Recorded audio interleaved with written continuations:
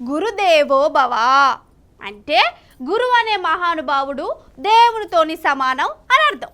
అమ్మ నాయన తర్వాత చదువు చెప్పే సార్లే గొప్పోళ్ళు అంతే కదా. కానీ కొందరు సార్లు ఉంటారోళ్ళ కంతిరేషం వేసి గురువు అంటేనే బేకారోడు అని తిట్టేటట్టు చేస్తారు. అగో ఇడ చూడు రేమైందో. ఇక ఆడ బండి మీద ఉన్నోడు బడి పంతులు బడికచ్చిండు, సీన్ కట్ చేస్తే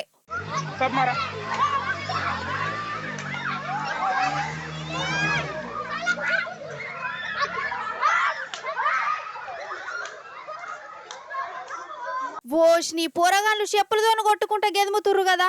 ఆగో పోరగాళ్ళ దెబ్బకు సారు బండేసుకొని ఆడికెళ్ళి పారిపోయిండు. అసలు ఈ పోరలకు గంతగనం బీపీ ఎందుకు లేచింది? సార్ నువ్వు చెప్పులతోనే గెదమవలసిన అవసరం ఏమున్నదని నాకే ఈ పోరల మీద కోపం వచ్చింది.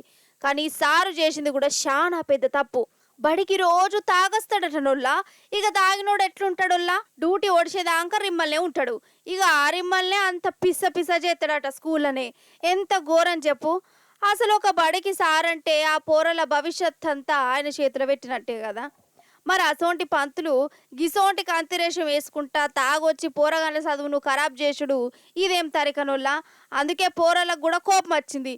చూసిరు ఇక వాళ్ళకు వశపల్లే. ఇంకేమున్నది, చెప్పులు అందుకొని ఇట్లా ఊరవుతల దాగదారు మీరు. ఇదంతాగా ఛత్తీస్గఢ్ రాష్ట్రం బస్తర్ బడిలో జరిగింది. ఇదనే కాదు, మొన్నటికి మొన్న గిదే ఛత్తీస్గఢ్ లా గిట్లనే ఒక సర్కార్ బడి సారు డైరెక్ట్ బడికే పవ తెచ్చుకున్నాడు. మంచిగా మంచినీళ్ళు తాగినట్టు తాపుకింత తాగుడు పెట్టిండు. ఇక గిట్లున్నారు పంతుళ్ళు. ఈ సొంటోలు చేయబట్టి మంచి మంచి సార్లకు చెడ్డ పేరు రావట్టే. అవునా కదా? సర్కార్ బల్లగంతే, పాఠాలు చక్క చెప్పరు, సార్లు చక్కగా రారు అని భద్రం కావట్టే ఈ సొంటోళ్ళతోని.